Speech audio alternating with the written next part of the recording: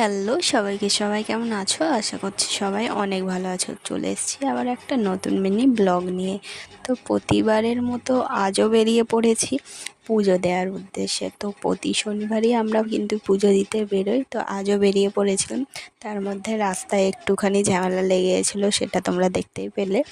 তো রাস্তায় কিন্তু আজ কিন্তু শনিবার, ধনতেরাস, প্রচুর ভিড় হয়েছে। বিশেষ করে ঝ্যাঁটা দোকানে কিন্তু বেশি ভিড় হয়েছে।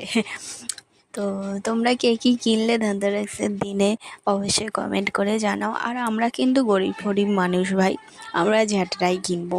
যারা বড়লোক মানুষ তারা তো সোনা গয়না কিনবেই।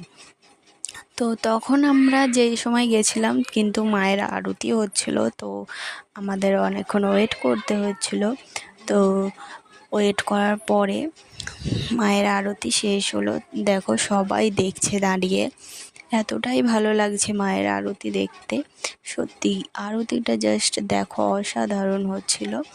তো আরতি শেষ হওয়ার পরে পুজো দিয়ে তোমাদের মায়ের মন্দিরটা একবার দেখিয়ে নিলাম। এখানে মায়ের মন্দির কিন্তু সাজানো হচ্ছে কালী পুজো উপলক্ষে।